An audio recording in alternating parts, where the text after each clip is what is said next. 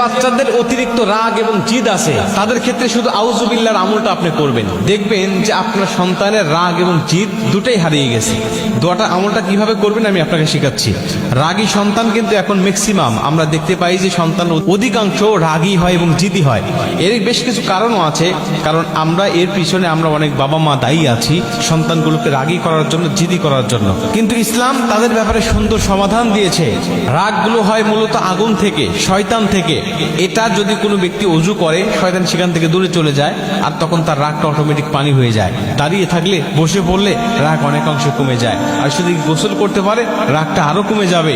এবং সে যদি সেজদা দেয় তাহলে কপালটা মাটিতে পড়ে, এতে তার রাগটা অনেকটাই কন্ট্রোল হয়ে যায়। তার রক্তগুলো মাথায়, ব্রেনে সঞ্চালন বেড়ে যায়, যার কারণে তার গরম মাথা ঠান্ডা হয়ে যায়। এটা বর্তমান বিজ্ঞানীদের কথা। আর নবীজি সাল্লাল্লাহু আলাইহি ওয়াসাল্লাম বলছেন আউযু বিল্লাহি মিনাশ শাইতানির রাজিমের আমলটা করবে এজন্য, কারণ শয়তান মূলত রাগ আসে শয়তান থেকে। তোমরা যখন আউযু বিল্লাহি মিনাশ শাইতানির রাজিম পাঠ করবে, তার মানে শয়তান থেকে আল্লাহ পাকের কাছে তুমি পানাহ চাচ্ছ, আশ্রয় চাচ্ছ। আল্লাহ যদি কবুল করে নেয় তার মানে শয়তান তোমার কাছে আর থাকবে না। আর যখন শয়তান তোমার কাছে থাকবে না, তখন রাগ হওয়া তোমার জন্য একেবারে অস্বাভাবিক। কিন্তু ছোট্ট সন্তানরা তো আউযু বিল্লাহ পড়তে বললে সে পড়বে না।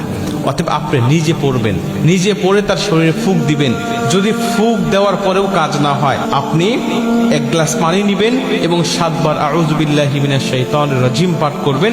পাঠ করে ওই পানিটা তাকে খাওয়ায় দিবেন। দেখবেন আপনার সন্তানের রাগ, আপনার সন্তানের জিদ মুহূর্তের মধ্যেই দূর হয়ে গেছে।